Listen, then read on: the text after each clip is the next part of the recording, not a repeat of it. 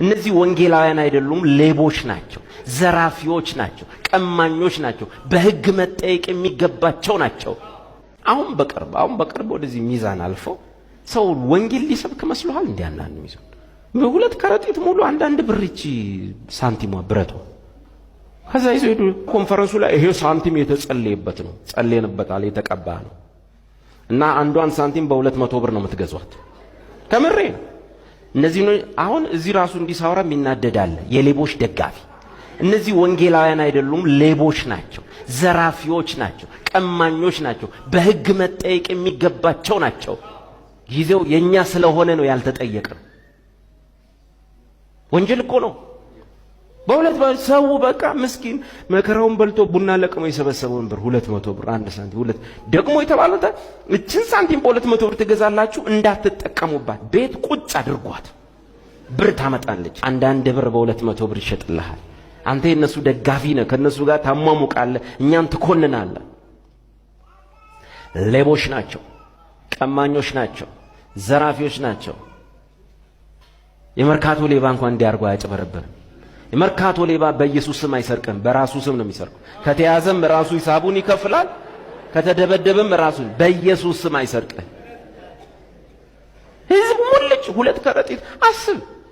ቢያንስ እኮ እነዚህ ሰዎች በዚህና በዚህ ጆንያ 5000 ብር እንኳን ቢሆን የያዙት በ200 ምታው ቀላል ሰሩ እንዴ?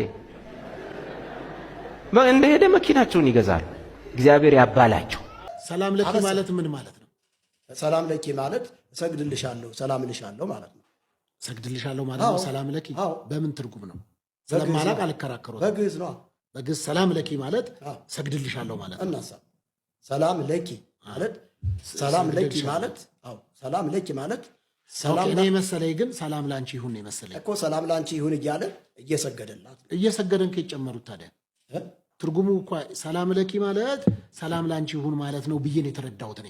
እርሱ ደግሞ ይሰግድልሻለሁ። ትክክለኛ ትርጉሙ ነጠላ ትርጉሙ አንቀጽ የሚባል አለ። አንቀጽ ትርጉም የሚባል አለ። አንቀጽ ትርጉሙ ሰላም ላንቺ ይሁን፣ ከዛ ስያለ ምንድን ነው የሚለው?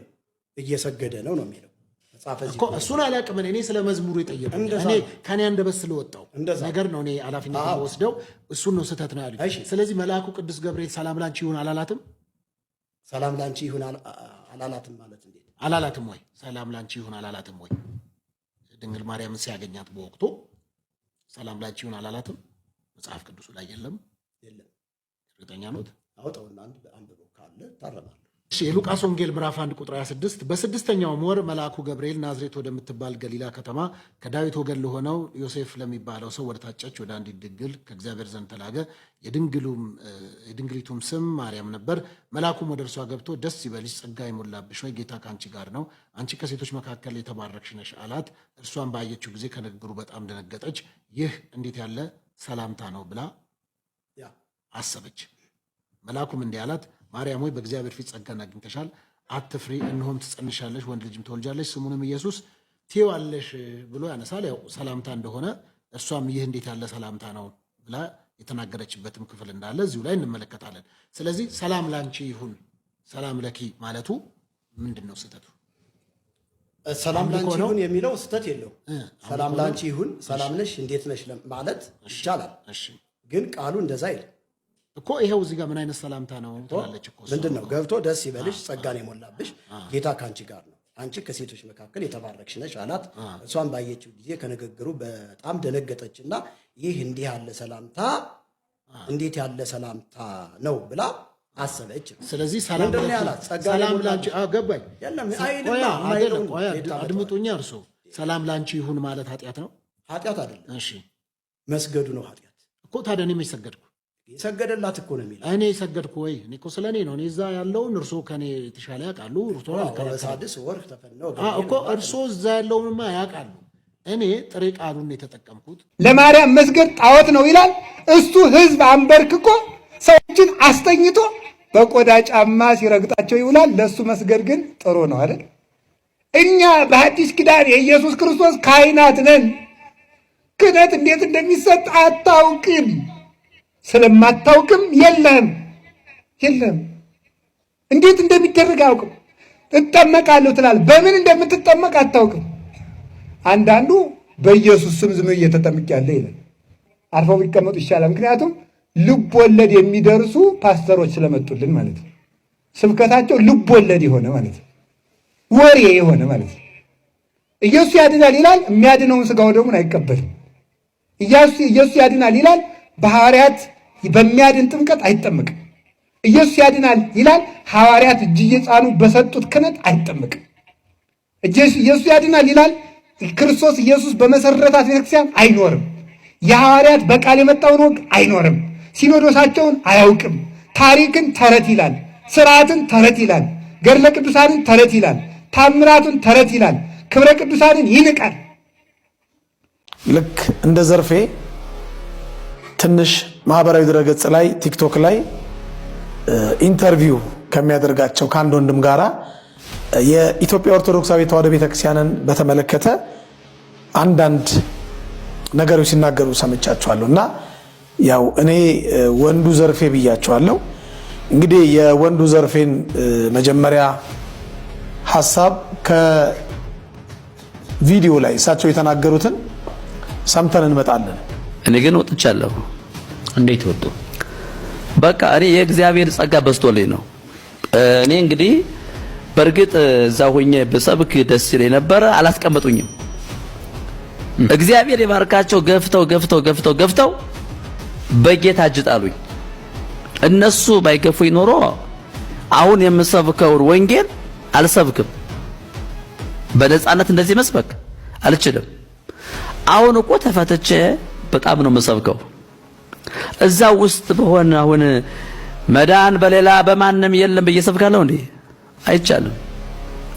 ይህንን መስበክ የምትችለው ወጥተህ ነው። እንግዲህ እንዳየነው ነው።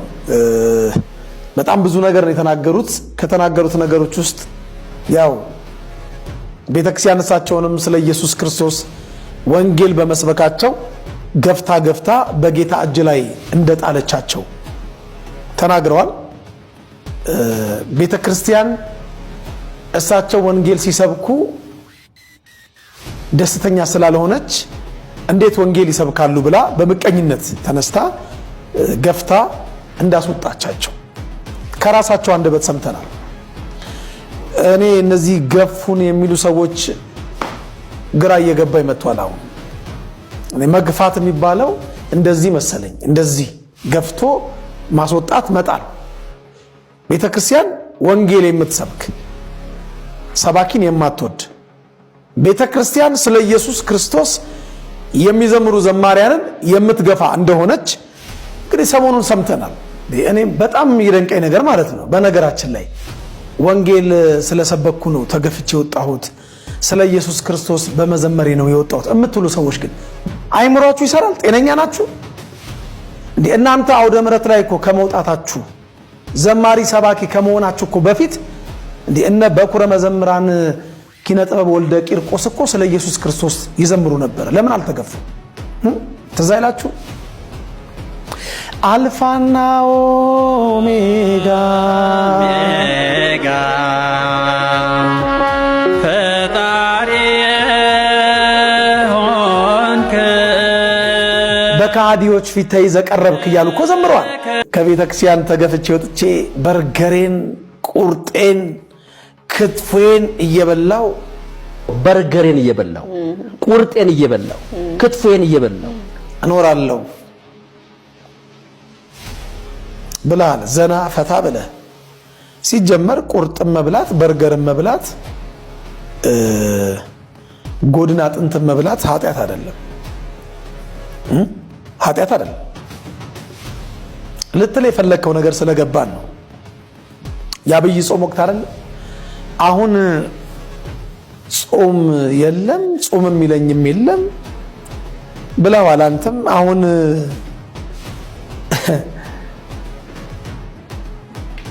ቅዳሴ ቀድስ የሚለኝ የለ፣ ሰዓታት ቁም የሚለኝ የለ፣ ፍትሐት ፍታ የሚል የለ፣ ሰው ሞታል ቀብር አስቀብር የሚለኝ የለ ብለሃል፣ ተናግራል። እውነት ነው። አሁን ማንም አይልህም። የሚገርመው ግን ቀድሞውንም ቤተ ክርስቲያንን የፈለካት ለምግበ ስጋ እንጂ ለምግበ ነፍስ አልነበረም። ቤተ ክርስቲያንን የፈለካት ቀድሞውንም ዳሩ ግን ከኛ ዘንድ አልነበሩም ከኛ ዘንድ ወጡ ተብሎ እንደተጻፈ ቤተ ክርስቲያን ውስጥም እየነበርክ ቤተ ክርስቲያን ውስጥ አልነበርክም። ለሚበላና ለሚጠጣ ነገር ነበር የምትፈልጋት። ለምድራዊው ለስጋዊው ለጊዜያዊው ምቾት ድሎት ቅንጦት ነበር የምትፈልጋት። ጾሙ አስመርሮ ነበረ፣ ግን መነኩሴ ነኝ ቆሞስ ነኝ ስትል ነበረ። በርገሬን እየበላው ክትፎን እየበላው ይሄን ያህል ጾም ትርጉሙ አልገባህም ነበር ማለት ነው። ስጋን ጎስሞ ነፍስን ለእግዚአብሔር ማስገዛት እንደሆነ አልገባህም ነበር ማለት ነው። ወይ መድኃኔዓለም ክርስቶስ ምንድነው የሚለው እግዚአብሔር ቃል? እዚህ ጋር እኮ አናተ ላይ ያጠለከው ቆብ እኮ የተክልዬ ቆብ እኮ ነው። የጻድቁ አባት ያቡነ ተክለ ሃይማኖት ቆብ እንዴ የአክሊለ ሦክ እኮ ምሳሌ እኮ ነው። እኔ ለዓለም ሙት ነኝ ዓለም በኔ ዘንድ ሙትናት እኮ ብለህ እኮ ነው የመነኮስኩ የቁም ግንዝ ተገንዘ ማለት እኮ ነው። አልገባንም እኛ ለበርገሩ ለጮማው ለክትፎ ለጎረዱ እኮ መመንኮስህን ቀድሞ ብትነግረን ኖሮ እንደምንም እሱን ፈቅደንልህ እንደው በአፍንጫ እስኪወጣ አብልተንህ የኑፋቄ ትምህርትን ይሄ ልዩ ወንጌል እያጣመም ከምትሰብከውን ግን ተው ብለን እንደምንም ከቤተ ክርስቲያን ትንሽ ገለል እናደርግ ነበር። ትንሽ የመነኮስከው እንኳን ለምን እንደሆነ ያላወቅ ሰውዬ ወንጌል ስሰብክ ነው ተገፍቼ ወጣው ትላለህ። በጣም ይገርመው ደግሞ እንደው ወንጌል የሚሰብክ ሰው እንዴት ሆዳቸው አምላካቸው ክብራቸው በነውራቸው የሚለው ጥቅስ እንዴት እሱ ይጠፋዋል? እንዴት ስለ በርገር ስለ ምናምን ታነሳለህ? ስለ ሆድ ማለት ነው። እንዴት መንፈሳዊነትን ከሚበላና ከሚጠጣ ነገር ጋር እኩል አድርገህ ሚዛን ላይ ታስቀምጣለህ? በጣም የምትገርም አባ ልበልህ አባ ጨጓሬ እግዚአብሔር ብቻ ልብ ይስጥህ። ግራ ገብቶኛል። አንቱም እያልኩ ማወራው ትንሽ ስላበሳጨኝ ነው። ሆዳቸው አምላካቸው ነው፣ ክብራቸው በነውራቸው ነው፣ ሐሳባቸው ምድራዊ ነው ይላል ቅዱስ ጳውሎስ። ያንተ አይነቱን ማለት ነው። ሳይገባውና ሳይገባው የመነኮሰውን ማለት ነው። ሳይገባው የሃይማኖት ጉዳይ ነው። የሃይማኖት ጉዳይ ሳይገባ ስርዓተ ምንኩስና የተፈጸመል ሳይገባ ነበረ። ስለ ምንኩስና ሳታውቅ መነኮስክ።